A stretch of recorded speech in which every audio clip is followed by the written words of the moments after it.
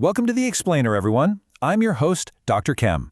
Today, we're stepping mentally into a state-of-the-art optical laboratory to explore a truly fascinating, light-based fingerprinting technique. It's something we use to measure the microscopic universe with unbelievable, subatomic precision. We're talking about spectroscopic ellipsometry. Think of it as an invisible ruler for the modern scientific age.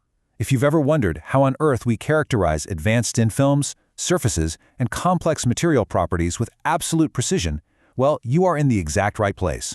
Let's get started. Now, I want you to consider this monumental challenge for a second. How exactly do we measure a layer of material that is literally thousands of times thinner than a human hair and do it without ever actually touching it? Imagine a newly engineered nanoscale semiconductor, or maybe a really delicate next-generation solar cell coating. If we physically probe it, we risk completely destroying the very structure we're trying to understand. The answer? It lies in using the most elegant, non-destructive tool in the universe, light. Here is our roadmap for this explainer. We're going to cover the power of polarized light, the principles of spectroscopic ellipsometry inside the hardware, decoding the optical data, analyzing multi-layer thin films, and finally, modern industry applications. All right, let's kick things off with part 1. The power of polarized light. Okay, so to really understand our invisible ruler, we first need to understand the literal hero of our story, the light wave itself. We often just think of light as a beam of brightness, right? But it actually has a physical shape, which is determined by interacting electric and magnetic fields. When you have two orthogonal light waves, let's call them the P-plane and the S-plane, their relationship dictates the light's polarization. If they're perfectly in phase, they create linearly polarized light. If they're exactly 90 degrees out of phase with equal amplitude, that glowing vector rotates perfectly, creating circular polarization. But when these orthogonal waves have arbitrary amplitudes and phases, the resulting light takes on an elliptical shape. And this elliptical shape is absolutely foundational for everything we're about to explore. Moving right along to part 2, principles of spectroscopic ellipsometry.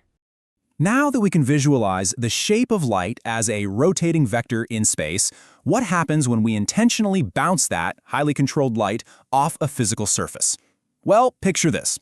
Linearly polarized light strikes a material at an oblique angle. As it interacts with the sample, bouncing off those microscopic structures, the reflection actually alters the polarization state. The differing changes in amplitude and phase between the p-polarized and s-polarized light components mean the reflected light fundamentally changes shape. It goes in linear and it comes out elliptical. Measuring the shape of this newly formed glowing ellipse as the light is reflected, that is the core phenomenon that gives ellipsometry its name. It's basically magic, but it's physics. But, as scientists, we aren't just passively watching a change happen, we need to quantify it mathematically. This polarization change is captured using two incredibly crucial parameters. First, we've got psi, represented by the Greek letter psi, which quantifies the amplitude ratio between the P and S components.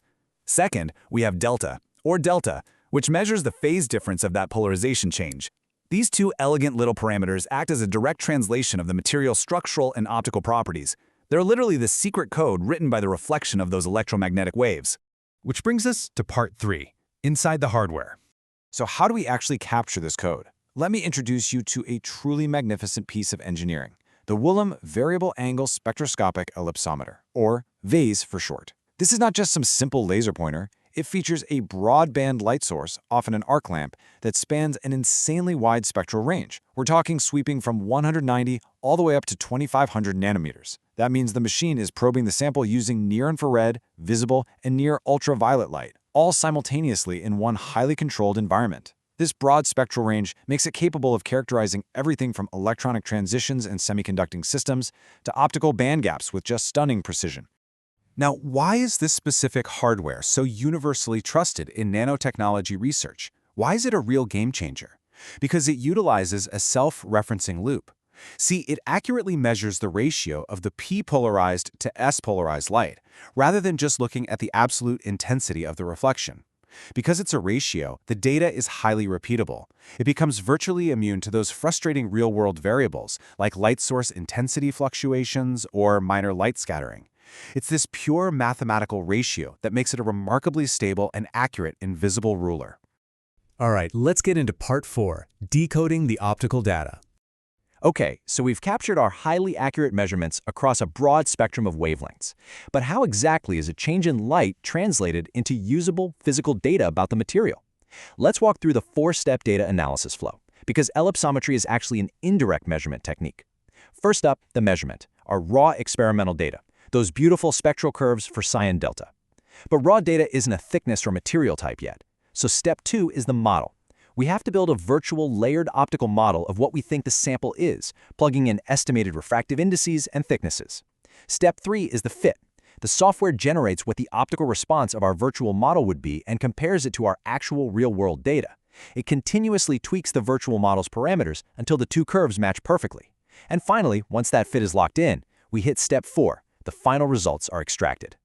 And here's the absolute best part. Look at the staggering list of properties we can extract once that perfect fit is achieved. From a single, non-destructive light-based test, we simultaneously yield film thickness, the refractive index, microscopic surface roughness, and even interfacial mixing between layers. We can figure out material composition, crystallinity, optical anisotropy, and structural uniformity. It is literally a treasure trove of data derived entirely from how a material reshapes a single beam of light. Next up, Part 5, Analyzing Multi-Layer Thin Films. Because let's be real, real-world microelectronics are rarely ever just a single, simple layer. Things get complex fast. Think about a multi-layer film, maybe a stack containing a substrate, an oxide layer, and a nitride layer. As light passes through and reflects off these multiple interfaces, it creates these beautifully complex, superimposed wave patterns. The resulting spectral curve you see is actually a combination of each individual film's envelope overlapping on top of one another. Our advanced optical models and algorithms have to carefully untangle this intricate web of data to measure each distinct layer precisely. However, every advanced technique has its edge cases, right? And this is a super fascinating one to keep in mind. What happens when we're dealing with highly absorbing thin films? Well, if the layers are engineered so that the incident light is completely absorbed before it can return to the surface, our detector only sees the top reflection. As a result, the absorbing film essentially appears as a completely opaque substrate to the instrument. Basically, if the light can't bounce back through the structure, the invisible ruler simply cannot measure anything beneath that absorbing layer. Make sense?